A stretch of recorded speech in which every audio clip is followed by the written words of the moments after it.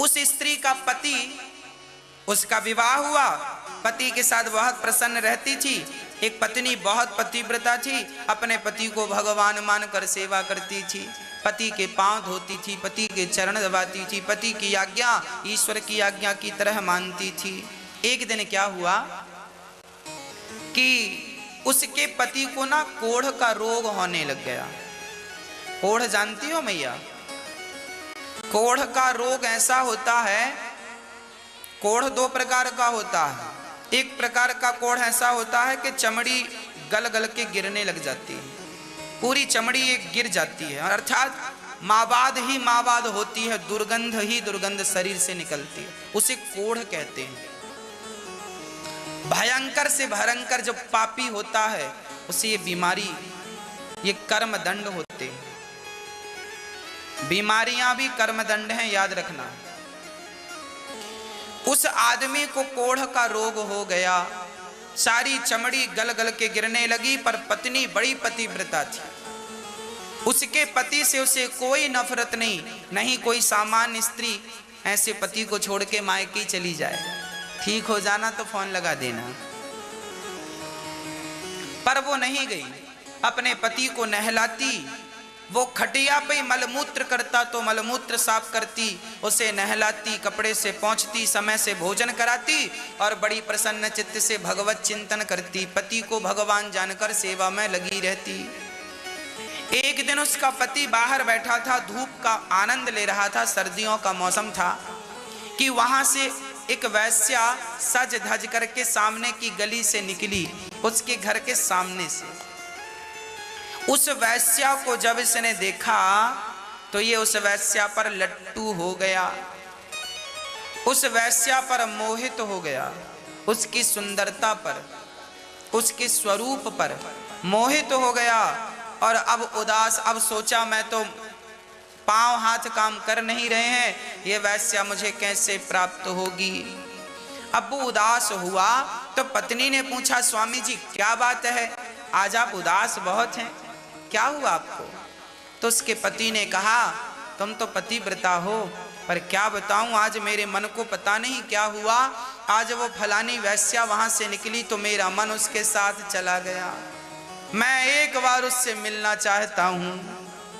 अब पति की इच्छा है कि उसे वैश्या से मिलना है और कह रहा है तुम कुछ करो कि वो मिल जाए। पत्नी से कह रहा है, अब जरा विचार करो, आपका पति आपसे कहे कि हमें वैश्या से मिलाओ तो आप क्या कहोगे? पर वो कहती है ठीक है, मैं कोशिश करती हूं।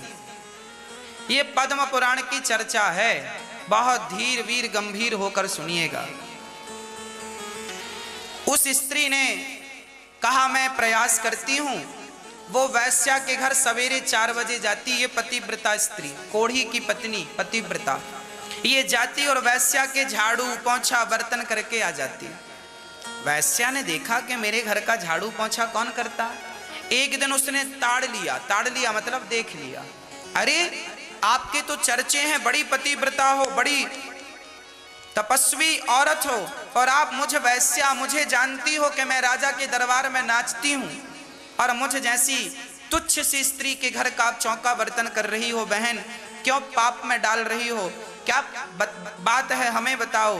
तब उस पतिव्रता स्त्री ने वैश्या से कहा, बहन परसों के दिन तुम निकली तो तुम्हें देखकर हमारे पति मोहित हो गए, एक बार हमारे पति तुमसे मिलना चाहते हैं, भेंट करना चाहते हैं, एक बार तो आप उनसे मिल लो। वैश्या समझ गई कि वो किस उद्देश्य से मिलना चाहता है। वैश्या तो वैश्या है, बोली ठीक है, आप कह रही हो आपका पति कोढ़ी है, उसके शरीर से दुर्गंध निकलती है, पर आप पतिव्रता हो तो मैं आपकी बात काटूंगी नहीं। आप आज रात को 9 बजे अपने पति को मेरे घर लेके आ जाना। ठीक है, आप अपने पति को मेरे घर भेज देना, ऐसा वैश्या ने कहा। ठीक है, अब वो पति के पास गई और बोली आज 9 बजे आप चले जाइएगा, उसने आपको बुलाया है, मैंने बात कर ली है। अब ये कोढ़ी आदमी बड़ा प्रसन्न हुआ, आज तो जाएंगे जाएंगे जाएंगे। पर जैसी घर से निकला पत्थर में पांव टकराया और गिरा तो पांव में मोच आ गई। अब पांव में मोच आई तो चल ना पाया। अब लगा रोने, लो आज बुलाया था और पांव में आज ही मोच आनी थी, आज मैं जा नहीं पाया। लगा रोने और पत्नी ने देखा मेरा पति रो रहा है, तो उसने कहा कोई बात नहीं, आपके पांव में मोच आ गई है, मैं आपको लेकर चलती हूं। कैसे लेकर जाओगी, हमसे तो चला नहीं जाता। पत्नी ने कहा कोई बात नहीं, आप मेरे कंधे पर बैठ जाओ। पत्नी बैठ गई और अपने पति को अपने कंधे पर बिठा लिया और कंधे पर बिठाकर वो गांव के अंदर से नहीं गई, गांव के बाहर जंगल के रास्ते से गई, क्योंकि पति को कंधे पर बिठाकर ले जाती तो लोग पूछते कहां जा रही हो, ये थोड़ी बताते वैश्या के घर जा रहे हैं, पति की बदनामी होती। तो वो जंगल के रास्ते से गई। अब विचार करो, दृश्य देखो कि एक पत्नी अपने पति को अपने कंधे पर बिठाकर वैश्या के घर जा रही है, जंगल के रास्ते से चली। अच्छा, उस जंगल में एक दूसरी घटना घट गई। उस जगह का जो राजा था, उस राजा के यहां चोरों ने चोरी की और चोर भागे तो सैनिकों ने पीछा किया। वह चोर उसी जंगल में आए और वहां मांडव्य नाम के एक संत थे, मांडव्य ऋषि। वहां पर उनकी कुटिया पर चोरों ने डर के मारे कि पकड़ लेंगे तो मौत मिलेगी, तो अपना सारा धन बाबा जी की कुटिया में डाल दिया और चोर जंगल में रफू चक्कर हो गए। राजा के सैनिकों ने देखा कि बाबा की कुटिया में धन पड़ा है, तो सैनिकों को लगा ये बाबा ढोंगी है, इसने ही चोरी की है और अब समाधि में बैठा है, जबकि वो बाबा बड़े अब असली जंगल में तपस्या कर रहे थे। तो उन सैनिकों ने सूल गाड़ दिया। सूल जानते हैं, लोहे का एक पैना पैना सा नुकीला होता है, उसे जमीन पे गाड़ दिया और महात्मा जी को उसे सूल पर बिठा दिया। तब वो सूल महात्मा को नीचे से चुभता हुआ सिर से निकल गया। पर बाबा इतने पक्के थे, समाधि इतनी पक्की थी कि बाबा की समाधि भी नहीं खुली और वो उस सूल पर ही ध्यान मग्न बैठे रह गए। अच्छा, ये घटना तो पहले हो गई, चोर लोग भाग गए और राजा के सिपाही भी चले गए और बाबा सूल पर लटके रहे। अब ये पत्नी अपने कोढ़ी पति को कंधे पर बिठा कर ले जा रही थी, तो महात्मा के पास से अच्छा से दिखाई पड़ा नहीं, रात का समय था। महात्मा के पास से निकली तो इसके पति का सिर महात्मा के पांव से टकरा गया। भाई महात्मा जी सूल पर लटके हैं तो पांव स्वाभाविक है लटक रहे होंगे, तो इसका सिर, ये भी कंधे पर है, तो इसका सिर अर्थात कोढ़ी का सिर बाबा जी के पांव से टकराया तो बाबा जी की समाधि खुल गई। अब बाबा जी ने श्राप दे दिया, अरे मूर्ख, जिसने मेरी समाधि खोली है, सूर्य उदय होते ही वह मर जाएगा। जा, तू मर जा, तूने मेरी समाधि भंग की है, सूर्य उदय होते ही मर जाएगा। अब ये कोढ़ी लगा रोने, हे भगवान, पहले पांव मोचा और अब बाबा ने श्राप दे दिया। उसका सपना ही रह गया। अब लगा जोर जोर से रोने, मैं तो मर गया, हे महाराज जी, महात्मा जी क्षमा करो, क्षमा। अब पतिव्रता नारी कंधे पे बिठाई, पत्नी बोली मरना सवेरे है, अभी कहो तो ले चलो।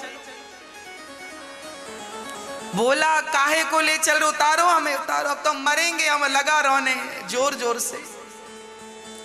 तो पतिव्रता नारी बोली आप रोइए मत, महात्मा जी ने कहा है कि सूर्य उदय होगा तब आप मरेंगे, तो मैं कहती हूं कि सूर्य उदय ही नहीं होगा। पद्म पुराण में लिखा है, उस स्त्री ने संकल्प किया कि हे विधाता, यदि मैं सच्ची पतिव्रता हूं और मैंने आज तक स्वप्न में अपने पति के सिवा पर पुरुष का मैंने स्वप्न में भी स्पर्श ना किया हो, स्मरण ना किया हो, तो जब तक मैं ना कहूं सूर्य भगवान आप निकलना मत। पद्म पुराण में लिखा है 48 घंटे हो गए सूर्य का पता नहीं था। 72 घंटे, 100 घंटे, अर्थात 1 सप्ताह, 2 सप्ताह, एक हाहाकार मच गई पृथ्वी लोक में, सूर्य भगवान का पता नहीं।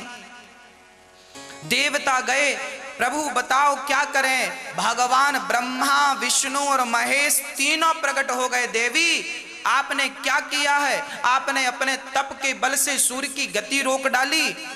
आप ऐसा खिलवाड़ ना करो प्रकृति से। उसने कहा कोई बात नहीं, यदि मेरे पति सूर्य की किरण पड़ते ही मर जाएंगे तो ऐसे सूर्य की मुझे जरूरत ही नहीं। मैं अपने पति को मरा हुआ देखना नहीं चाहती। समझाया बहुत पर नहीं मानी। तब अनसुईया माता आई। अनसुईया माता ने कहा बेटी तू सूर्य को आने दे, मैं तेरे पति को जीवन दान दूंगी। सूर्य भगवान आए, पहली किरण पड़ी, संत का श्राप था, वो आदमी मर गया। पर अनसुईया मां ने फिर हाथ में जल लेकर कहा हे विधाता, मैं पतिव्रता हूं तो इसका पति जीवित हो जाए। एक पतिव्रता ने सूर्य की गति रोक दी तो दूसरी पतिव्रता ने मरे हुए को जीवित कर दिया। ये पतिव्रता नारी की शक्ति है। अनसुईया मां की कृपा से उसका कोढ़ का रोग ठीक हो गया। उसकी बुद्धि में भी जो कोढ़ हो गया था, बुद्धि विचलित हो गई थी, उसकी बुद्धि निर्मल हुई। विमान आया, पति तो नरक जाता, कर्म ऐसे थे उसके, पर पतिव्रता नारी के मिलने से दोनों भगवान के निज धाम को चले गए। पत्नी के कारण पति की सदगति हो गई। ये पद्म पुराण का वर्णन है, चर्चा है। अब इस कथा से क्या शिक्षा मिली? इस कथा से शिक्षा यही मिली कि पति का किया हुआ पति भोगेगा, आपका किया हुआ आप भोगना। अब पति नालायक है, पति व्यभिचारी है, बहुत सारी स्त्रियों का संग करता है, तो इसका मतलब ये तो नहीं कि पति अब ऐसा करता है तो स्त्री बोले मैं भी ऐसी करूंगी। तो ये तो हिसाब कोई ठीक लगा नहीं हमें। पति दुराचारी है, व्यभिचारी है, तो पत्नी तो व्यभिचारी ना हो। और पत्नी व्यभिचारी है तो पति कहे कि तू ऐसी है तो मैं भी ऐसा, ना। वो जैसी है वो उसके संस्कार है, वो जैसा है वो उसका संस्कार है। उसके कारण अपने संस्कार काहे बिगाड़ते हो? अपने ये देखो, ये मृत्यु लोक है मेरी माँ, यहाँ पे मुझे कांटा लगेगा तो दर्द मुझे होगा, ना तो मेरे बेटे को, ना तो पत्नी को, ना तो आपको। कांटा लगेगा मुझे तो दर्द मुझे होगा। इस संसार में जो जैसा करता है उसे वैसा भरना पड़ता है। पति का किया उसको मिलेगा, पत्नी, हाँ पत्नी पतिव्रता है तो अपने पति को, पति नालायक से नालायक भी हो, पर पत्नी पतिव्रता है तो पत्नी पतिव्रता के बल पर अपने पति को भगवत प्राप्ति करा सकती है। ये स्त्री की शक्ति है। स्त्री ऐसी है कि वो चाहे तो ब्रह्मा और विष्णु और महेश तीनों को अपने सामने खड़ा कर सकती है। माता अनसुईया ने तीनों को बेटा बनाया कि नहीं? छोटा सा बच्चा बना के अपना दूध पिलाया। केवल पतिव्रता नारी ही ब्रह्मा विष्णु महेश को गोद में खिला सकती है, नहीं किसी बड़े से बड़े तपस्वी में ताकत नहीं है। इसलिए स्त्री सबसे श्रेष्ठ है। कब? जब वो पतिव्रता हो तब।